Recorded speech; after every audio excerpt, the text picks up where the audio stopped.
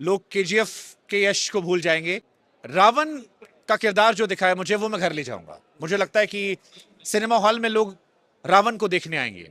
रावण का किरदार टॉक्सिक ही रहा है बट मुझे लगता है जैसे मैंने कहा कि अब तक मैं टिप्पणियों से बच रहा था। माँ सीता का एक ऑरा है, उसको चरित्र पर निभाना एक बहुत टफ टास्क रहा होगा, बट रणवीर ने हमेशा सरप्राइज किया है। बर्फी में सरप्राइज किया था।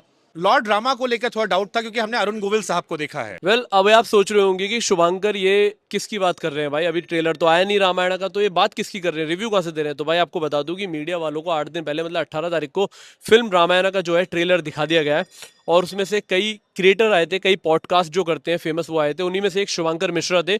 तो हमें वो मिले, तो हमने उन्हें पकड़ा और हमने पूछा कि आपको कैसा लगा फिल्म रामायण का ट्रेलर। सो फाइनली 8 दिन पहले ट्रेलर देखने का मौका मिला, कैसा लगा ओवरऑल, और 4,000 करोड़। यार रामायणा मैंने देखी है बचपन में रामानंद सागर साहब की, तो मेरे जहन में था कि क्या ऐसा है जो आप मुझे दिखाओगे जिसके लिए मैं सिनेमा हॉल जाऊंगा। मुझे लगता है जिस स्केल पर मैंने देखा है, मैंने इंडियन सिनेमा में ऐसा कुछ नहीं देखा है, और इसलिए शायद मैं सिनेमा हॉल जाऊंगा। जो पैसे हम सुनते थे, इतने पैसे खर्च हुए हैं, वो अब मुझे वर्थ लग रहे हैं। रणबीर कपूर एज लॉर्ड ड्रामा, मतलब लाइक सही चॉइस थी मतलब डायरेक्टर की।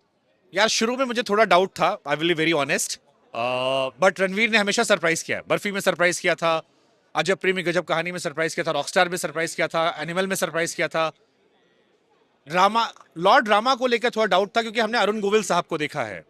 तो एनिमल वाले रणवीर को यहाँ इमेजिन करना थोड़ा मुश्किल था, बट जब आप किरदार देखते हो तो आपको लगता है कि हाँ, आप सिनेमा हॉल में जाकर उनसे उम्मीदें रखोगे। बाकी प्रभु श्री राम का रोल है, इसलिए मुझे लगता है कि अभिनय पर बहुत ज्यादा जज मैं करना चाहूंगा नहीं। ओके, साई पल्लवी नॉर्थ में इतनी नोन नहीं है जितना साउथ में उनको माना जाता है।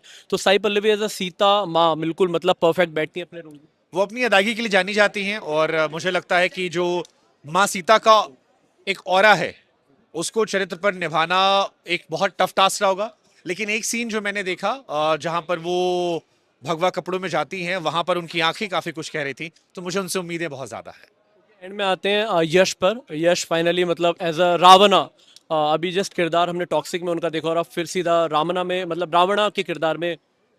चाचा क्या कहना चाहोगे? आ, रावण का किरदार टॉक्सिक ही रहा है बट मुझे लगता है जैसे मैंने कहा कि अब तक मैं टिप्पणियों से बच रहा था।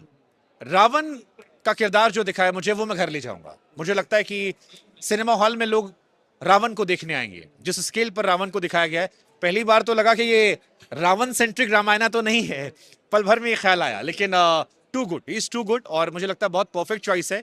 और वो अपनी छाप छोड़ेंगे, उनके जीवन के सबसे बड़े किरदारों में से ये होगा। लोग केजीएफ के यश को भूल जाएंगे, रावण रामायणा के यश को याद रखेंगे। थैंक यू भाई, थैंक यू।